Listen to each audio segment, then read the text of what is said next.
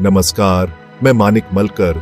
आज हम एक गहन यात्रा पर निकलेंगे जो प्राचीन भारतीय दर्शन चार्वाक दर्शन की गहराई में उतरती है। जीवन के प्रति एक भौतिकवादी दृष्टिकोण के लिए जाने जाने वाले चार्वाक ने ज्ञान प्राप्त करने में धारणा की भूमिका पर जोर दिया। चार्वाक दर्शन के अनुसार प्रत्यक्षता ही ज्ञान का एकमात्र विश्वसनीय स्रोत है। अनुमान और साक्ष्य, जो अक्सर अन्य दार्शनिक प्रणालियों में ज्ञान के स्तंभ होते हैं, को चार्वाक विचारधारा के भीतर वैध साधन नहीं माना जाता है। इस खोज के दौरान हम इस बात की पड़ताल करेंगे कि चार्वाक ने प्रत्यक्ष ज्ञान को सर्वोपरि क्यों ठहराया और वास्तविकता को समझने के लिए केवल धारणा पर निर्भर रहने की जटिलताओं और सीमाओं का भी पता लगाया। हमारे साथ आइए, क्योंकि हम चार्वाक दर्शन की गहराई में उतरते हैं, इसकी गहन अंतर्दृष्टि को उजागर करते हैं और ज्ञान की प्रकृति के बारे में इसके बोल्ड दावों पर विचार करते हैं। साथ मिलकर हम मानव समझ की जटिलताओं और हमारे चारों ओर की दुनिया के बारे में हमारे ज्ञान को आकार देने में प्रत्यक्षता की भूमिका का पता लगाएंगे। चार्वाक दार्शनिकों के लिए दुनिया को समझने का एकमात्र तरीका प्रत्यक्ष अनुभव के माध्यम से था। उनका मानना था कि धारणा या प्रत्यक्ष ही एकमात्र ऐसा तरीका है जिससे हम दुनिया को सीधे अनुभव कर सकते हैं। यह दृढ़ विश्वास इस समझ में निहित है कि हमारी इंद्रियां हमें हमारे आसपास की दुनिया के बारे में तत्काल और बिना फिल्टर की जानकारी प्रदान करती है। जब हम किसी वस्तु को अपनी आंखों से देखते हैं, किसी ध्वनि को अपने कानों से सुनते हैं या किसी गंध को अपनी नाक से सूंघते हैं, तो हम इन अनुभूतियों का प्रत्यक्ष और तत्काल ज्ञान प्राप्त कर रहे होते हैं। चार्वाक के लिए ज्ञान का यह प्रत्यक्ष रूप अनुमान या साक्ष्य पर आधारित किसी भी अन्य प्रकार की समझ से श्रेष्ठ था। उन्होंने तर्क दिया कि ये अप्रत्यक्ष स्रोत त्रुटि और अविश्वसनीयता से ग्रस्त है।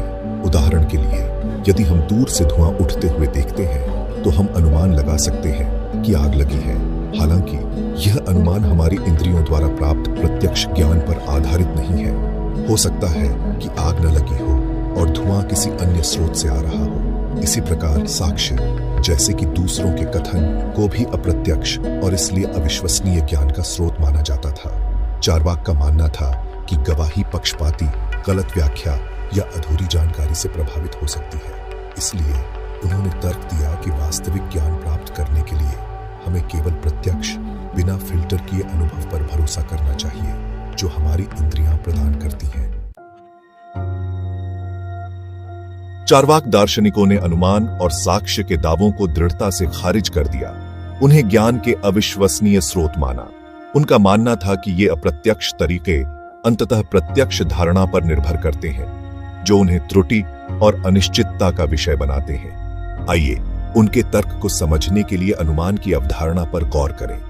अनुमान में उपलब्ध साक्ष्यों के आधार पर तार्किक निष्कर्ष निकालना शामिल है। उदाहरण के लिए, अगर हम जमीन को गीला देखते हैं तो हम अनुमान लगा सकते हैं कि बारिश हुई होगी। हालांकि चार्वाक बताते हैं कि इस तरह के अनुमान प्रत्यक्ष अवलोकन पर आधारित धारणाओं पर आधारित होते हैं। हो सकता है कि हमने बारिश को खुद होते हुए न देखा हो और गीली जमीन पानी के पाइप के फटने या किसी अन्य कारण से हो सकती है। इसी तरह साक्ष्य, जो दूसरों से प्राप्त जानकारी पर निर्भर करता है, को चार्वाक द्वारा अविश्वसनीय के रूप में देखा गया था। उनका तर्क था कि गवाही व्यक्तिपरक व्याख्याओं, सांस्कृतिक पूर्वाग्रहों या यहाँ तक कि जानबूझकर हेरफेर से रंगी हो सकती है। जो कुछ भी हम दूसरों से सुनते हैं वह जरूरी नहीं कि सच हो, और यह प्रत्यक्ष सत्यापन के बिना ज्ञान का एक अविश्वसनीय स्रोत बन जाता है। चार्वाक के लिए केवल वही जो हम सीधे देखते, सुनते, सूंघते, झकते या छूते हैं, उसे वास्तविक ज्ञान माना जा सकता है। चार्वाक दर्शन के दिल में सभी के लिए प्रत्यक्ष अनुभव की सार्वभौमिकता में एक गहरा विश्वास निहित है। उनका मानना था कि प्रत्यक्ष एक साझा अनुभव है जो व्यक्तियों में सुसंगत है। दूसरे शब्दों में, जिस तरह से हमारी इंद्रियां जानकारी प्राप्त करती हैं और संसाधित करती हैं, वह सार्वभौमिक है, जिससे एक साझी वास्तविकता का अनुभव होता है। उदाहरण के लिए, एक लाल सेब को देखें। चार्वाक का तर्क होगा कि सेब की लालिमा केवल एक व्यक्ति के दिमाग की कल्पना नहीं है। इसके बजाय यह एक ऐसी संपत्ति है जिसे सभी पर्यवेक्षक अपनी इंद्रियों के माध्यम से देख सकते हैं। यह धारणा कि प्रत्यक्ष सार्वभौमिक है। चारवाक की ज्ञान विज्ञान संबंधी स्थिति के लिए मौलिक है। यह बताता है कि हम अपने अनुभवों के बारे में एक दूसरे के साथ सार्थक ढंग से कैसे संवाद और संबंध बना सकते हैं। यदि हम सभी एक ही तरह से दुनिया को देखते और अनुभव करते हैं तो हम अपने अवलोकनों के आधार पर एक साझी समझ बना सकते हैं। यह साझा वास्तविकता का विचार चारवाक दर्शन के व्यावहारिक निहितार्थों को रेखांकित करता है, क्योंकि यह सामाजिक संपर्क और दुनिया के बारे में ज्ञान के संचय के लिए एक आधार प्रदान करता है। चैप्टर 4 अवलोकन सभी ज्ञान का आधार है।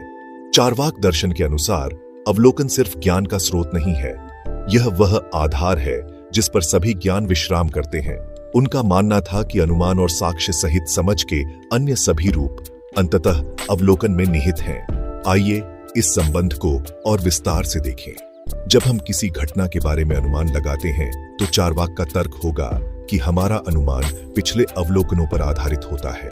उदाहरण के लिए, यदि हम यह निष्कर्ष निकालते हैं कि आकाश में बादलों के कारण बारिश होने की संभावना है, तो ऐसा इसलिए है क्योंकि हमने पहले बादलों और बारिश के बीच एक संबंध देखा है। इस प्रकार अनुमान चारवाक के अनुसार अवलोकन से पूरी तरह से स्वतंत्र नहीं है, बल्कि इसके बजाय इस पर निर्भर करता है।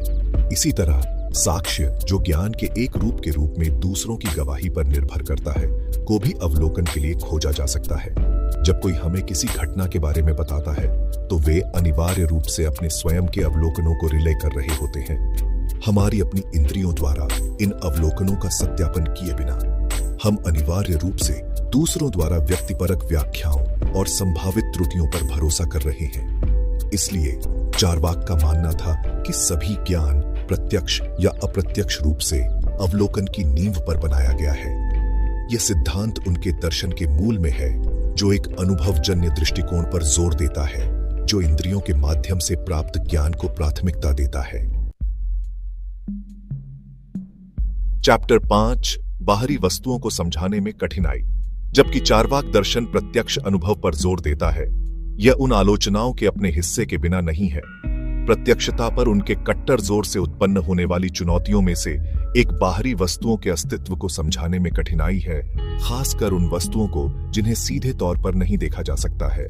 चारवाक ने जोर देकर कहा कि हम केवल वही जान सकते हैं जो हम अपनी इंद्रियों के माध्यम से देखते हैं। हालांकि यह विचार तब एक दिलचस्प पहेली प्रस्तुत करता है जब हम ऐसी वस्तुओं या संस्थाओं पर विचार करते हैं जो हमारी तत्काल धारणा के दायरे से परे मौजूद हैं।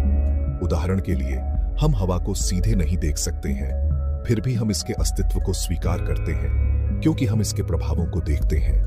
पेड़ों को हिलते हुए देखना या अपने चेहरे पर हवा महसूस करना। चारवाक के लिए इस तरह की घटनाओं को पूरी तरह से प्रत्यक्ष साक्ष्यों के संदर्भ में स्पष्ट करना एक चुनौती बन गई। यदि हम केवल अपनी इंद्रियों पर भरोसा कर सकते हैं, तो हम उन चीजों के अस्तित्व को कैसे सत्यापित कर सकते हैं जिन्हें सीधे तौर पर नहीं देखा जा सकता है?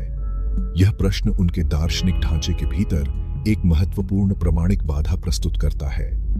जबकि वे यह तर्क दे सकते हैं कि हम इन अदृश्य संस्थाओं के प्रभावों का निरीक्षण कर सकते हैं, फिर भी यह प्रश्न बना रहता है कि क्या प्रभाव वास्तव में स्वयं वस्तुओं के अस्तित्व को साबित करते हैं या केवल हमारी धारणा में पैटर्न हैं? चारवाक दर्शन को जिन महत्वपूर्ण चुनौतियों का सामना करना पड़ा, उनमें से एक कारणता और आवश्यकता जैसी सार्वभौमिक अवधारणाओं के अस्तित्व का हिसाब देना था। सार्वभौमिक ऐसे सामान्य सिद्धांत या नियम हैं जिन्हें दुनिया में विशिष्ट वस्तुओं और घटनाओं पर लागू माना जाता है। हालांकि प्रत्यक्ष अनुभव पर चारवाक के जोर ने इन अमूर्त अवधारणाओं के लिए एक पहेली खड़ी कर दी। कारणता इस धारणा का तात्पर्य है कि प्रत्येक घटना का एक कारण होता है। घटनाओं को समझने के लिए एक मौलिक सिद्धांत है।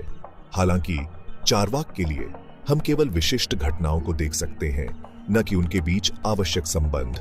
हम दो घटनाओं को एक साथ होते हुए देख सकते हैं, लेकिन केवल अवलोकन के आधार पर हम निश्चित रूप से यह स्थापित नहीं कर सकते हैं कि एक घटना वास्तव में दूसरे का कारण बनी है। इसी तरह आवश्यकता, यह विचार कि कुछ चीजों को एक निश्चित तरीके से होना चाहिए, चारवाक के ढांचे के भीतर एक चुनौती बन जाती है। यदि हम केवल अपने अनुभवजन्य अवलोकनों पर भरोसा कर सकते हैं, तो हम यह कैसे स्थापित कर सकते हैं कि कुछ भी आवश्यक है या चीजें हमेशा एक निश्चित तरीके से क्यों होती हैं? सार्वभौमिकों को समझाने में कठिनाई चार्वाक दर्शन की एक महत्वपूर्ण सीमा को उजागर करती है, जबकि प्रत्यक्ष अनुभव दुनिया के बारे में बहुमूल्य अंतर्दृष्टि प्रदान कर सकता है। यह उन अमूर्त अवधारणाओं को पूरी तरह से समझाने के लिए अपर्याप्त हो सकता है जो हमारी समझ और तर्क को कम करती है।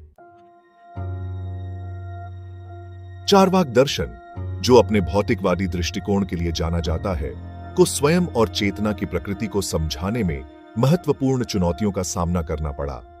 प्रत्यक्ष अनुभव पर उनके जोर ने उन संस्थाओं के लिए एक वैचारिक बाधा उत्पन्न की जिन्हें आसानी से भौतिक दुनिया के संदर्भ में नहीं समझा जा सकता है। स्वयं की अवधारणा एक व्यक्तिगत और स्वतंत्र इकाई के रूप में हमारी अपनी पहचान की भावना चार्वाक के ढांचे के भीतर एक मायावी अवधारणा प्रस्तुत करती है। यदि ज्ञान केवल इंद्रियों के माध्यम से प्राप्त होता है, तो हम स्वयं का प्रत्यक्ष अनुभव कैसे कर सकते हैं? स्वयं एक भौतिक वस्तु नहीं है जिसे देखा या छुआ जा सकता है, बल्कि यह हमारी चेतना और अनुभवों का एक व्यक्तिपरक अर्थ है। इसी तरह चेतना, विचारों, भावनाओं और संवेदनाओं की हमारी व्यक्तिपरक जागरूकता चार्वाक के लिए एक महत्वपूर्ण चुनौती बन गई। चेतना को केवल भौतिक प्रक्रियाओं के संदर्भ में कैसे समझाया जा सकता है? यह प्रश्न उनके भौतिकवादी दृष्टिकोण की सीमाओं को उजागर करता है। जबकि चार्वाक यह तर्क दे सकते हैं कि चेतना मस्तिष्क का एक उत्पाद है, यह व्याख्या अधूरी रहती है। यह चेतना की व्यक्तिपरक प्रकृति, योग्यता की समस्या के लिए जिम्मेदार नहीं है। यह विचार कि हमारे पास व्यक्तिपरक अनुभव क्यों है और वे कैसा महसूस करते हैं। स्वयं और चेतना को समझाने में कठिनाई चार्वाक दर्शन के भीतर एक स्थायी पहेली बनी हुई है, जो ज्ञान और मानव अस्तित्व की प्रकृति के बारे में गहन प्रश्नों को जन्म देती है। चार्वाक दर्शन अपनी प्रत्यक्षता पर जोर देने के साथ को हमेशा भ्रम और त्रुटियों के अस्तित्व को समझाने की चुनौती का सामना करना पड़ा है।